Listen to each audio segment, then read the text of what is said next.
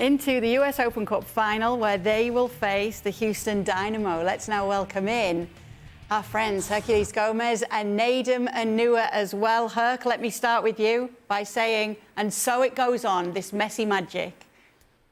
It's insane. I don't even know what to say. I was prepared to come on here about the 67th minute, and I was going to say, all right, tomorrow I'm going to do FC, going to talk about Messi's first loss, what it means, yada, yada, yada, yada.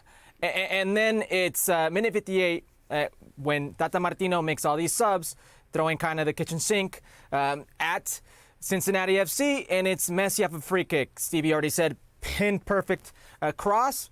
Keeper can't come out. They score. And then a few more offensive subs, and Messi around 3 players in a game where Cincinnati absolutely played it to perfection until they didn't. They didn't have the management to close this game out. And Messi in 2 moments in a game where he was pretty much non-operative. It was 2 magic Messi moments that changed this game. I mean, Inter Miami should have lost this game. Cincinnati should have won this game. Busquets looked like he was a 35-year-old player playing in his 5th game in 15 days, losing the ball in some very precarious positions. Messi looked disinterested at times, and yet when you counted Inter Miami out, when you counted Messi out, he proves once again why he's the best player of all time. 8 games, 10 goals, 3 assists, and I'm running out of things to say about the guy. Have you got anything to say about the guy and this run continuing? It's all positive. I have nothing negative to say about Lionel Messi, and look, it is clear to see that he's enjoying his time in Major League Soccer and that whatever he's doing seems to be having a positive impact not only on Inter Miami but on the league as a whole. It is obvious that it's clear to see. I'm just surprised that it has happened as quickly as it has. And I'm surprised that there hasn't been enough of an adjustment from teams that are playing against Lionel Messi, or that maybe those adjustments simply don't apply to Lionel Messi. And so a team like FC Cincinnati that has been so good in MLS competition this year, you're winning the game 2-1. It is the 97th minute. If there was one guy on the field that should not be afforded any time and space to get his head up and pick out a pass, who would it be? Lionel Messi. And yet you cannot drop off and let him decide the game for you. That's the part that I don't quite understand. And it feels, as I've said for the last few times that we talked about Messi, it feels like there are a lot of these players watching Messi play and admiring Messi play. And when you do that, with a smile or not, he's going to kill you. And he's going to kill you time and time again, and he's not going to apologize for it. And so Inter Miami goes on, and they have a very real opportunity to get their 2nd trophy in a matter of essentially 6 weeks, which is really the time that Messi has been here, and he has changed the outlook of this club, of this organization, of this team. Everything that Inter Miami is because of Lionel Messi, and we'll continue to talk about Messi because he'll continue to play well if you afford him the time and space to do so. So, Stevie, as a former MLS coach, is that what you're telling the players who are coming up against Messi? Just forget who you're up against?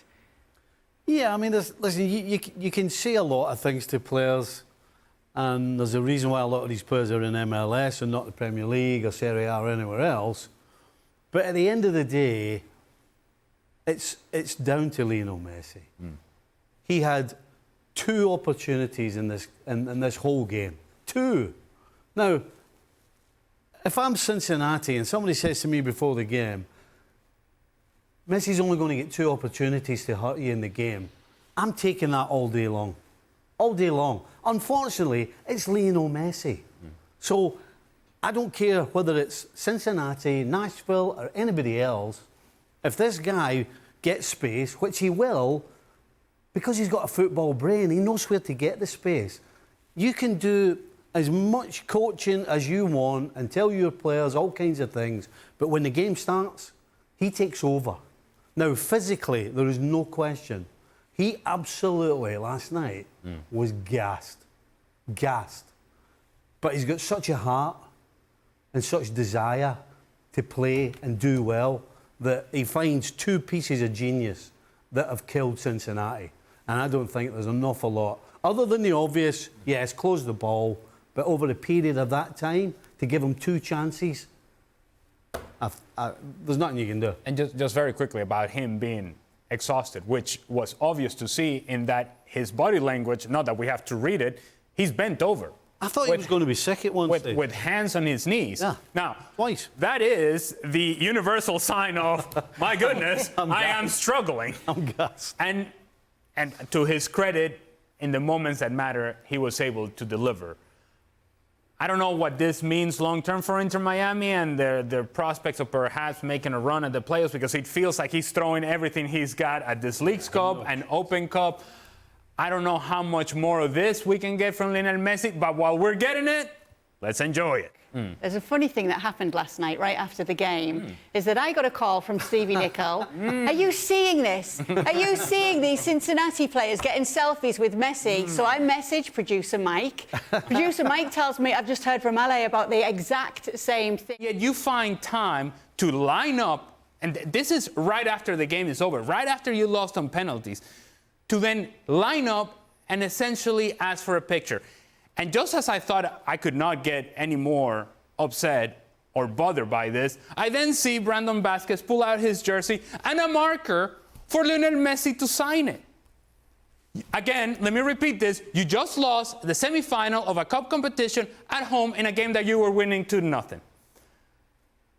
And you feel that that's a moment to be doing this? I don't care if it's Lionel Messi. I don't care if it's Maradona. I don't care if it's Pelé. I don't care. He's an opponent that is keeping you from achieving your goals as an individual and as a team. And yet, where is the competitive pride? Where is the respect for your organization, for your club, for your teammates, for yourself? Where is the self-respect and the sense of pride in knowing that you've just lost an opportunity to win a title for your club, for yourself, for your teammates? And yet you're out there lining up to get a picture, and yet you're out there getting a marker so that he can give you an autograph. Now, people will say, well, this is after the game, so why does it matter? It does matter, and I tell you why. Because if you have a marker in your hand, you've thought about this before the game. Yeah? If indeed you're willing to line up minutes after you've just lost, it's because you've thought about this before the game.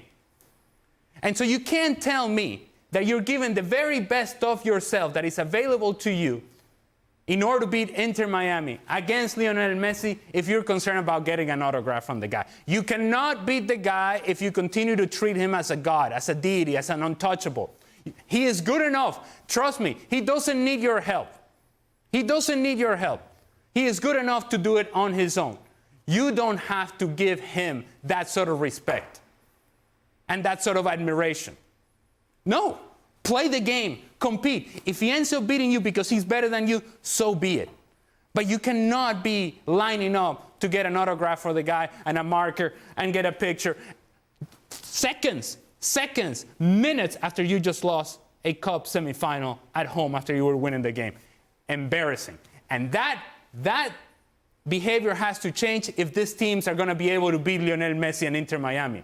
They have to be willing to compete first, and they're not doing that right now. Now, on the panel, the last player to have played in MLS, the most recent, because he's the youngest, is Nedum. So is this something that...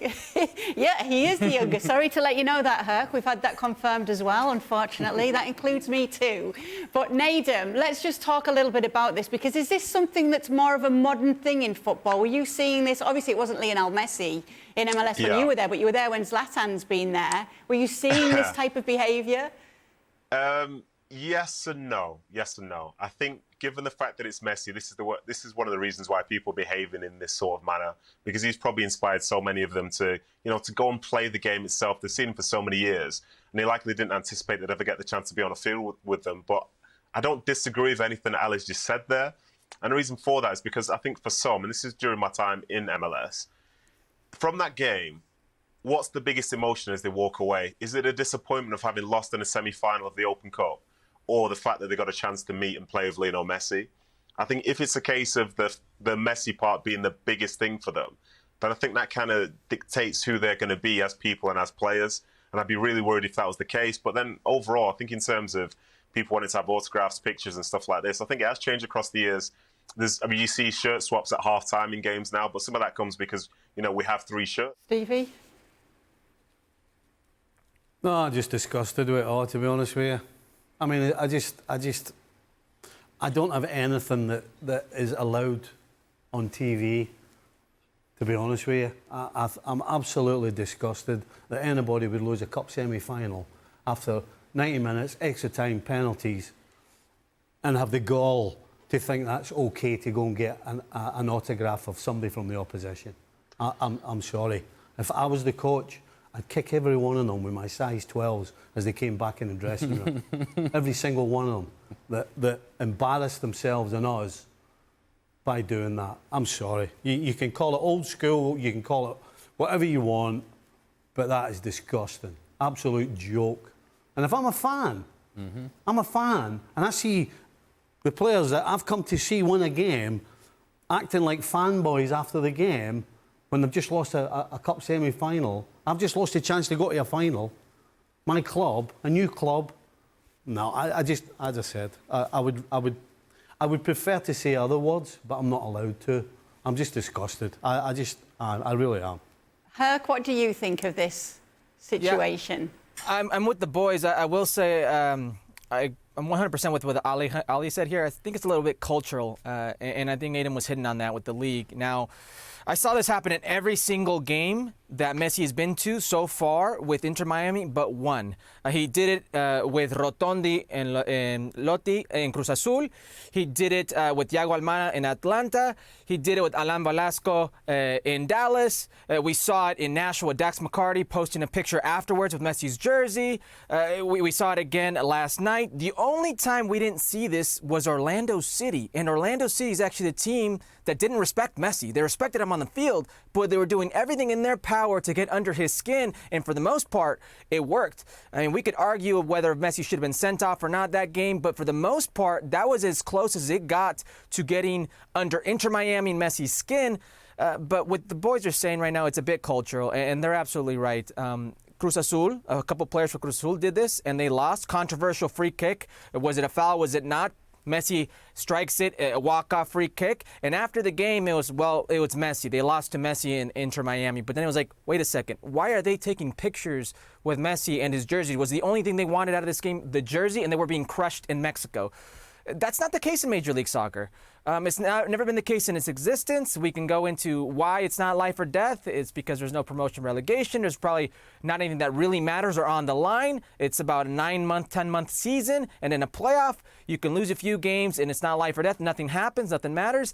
That's not the case in other places, so they treat it differently. They're a lot more forgiving in Major League Soccer, but I agree with the guys. It's inexcusable. You have fans out there that you are in debt with, and they're upset that you lost this game. Cincinnati fans should be upset that you could have been up 4-0, and even when you were up 2-0, you couldn't close the game outright. They should be upset about that, and now they're going to be upset about their players being worried about other things than besides on-field performance.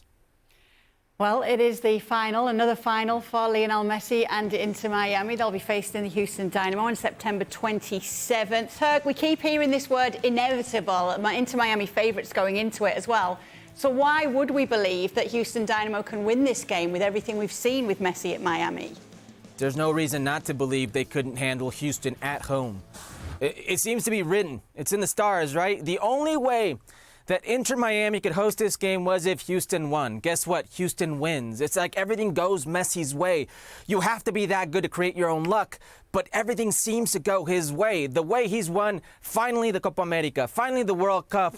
It was like meant to be, and it's going to be. There's no doubt in my mind it's going to be Inter Miami lifting this tournament, this cup. And I think it's great for the Lamar Hunt Open Cup. Ali can tell you what it's like playing in this tournament, and Stevie as well, how sometimes it's undervalued. It's the 108th edition of the Lamar Hunt U.S. Open Cup. And when Don Garber didn't care for it, said that it wasn't up to the level that his players should be playing it, when the executive of the MLSPA said the same thing, here comes Messi and he's running around, he's excited, he's emotional about being in this final and getting the chance to lift his second trophy in a matter of, 6 weeks? I think it's brilliant and I think it's written. I don't see any way that Inter loses this game. You can hear a lot more from Herc over on Football Americas. That drops twice a week on ESPN+. We thank him so much for being with us. And if you like to hear Sebastian Salazar getting into arguments, then Herc is your man. Who needs that in their life? Well, thank you very much for watching ESPN on YouTube. For more sports highlights and analysis, be sure to download the ESPN app. And for live streaming, premium content, and let's not forget as well, ESPN FC 7 days a week. Subscribe to ESPN Plus.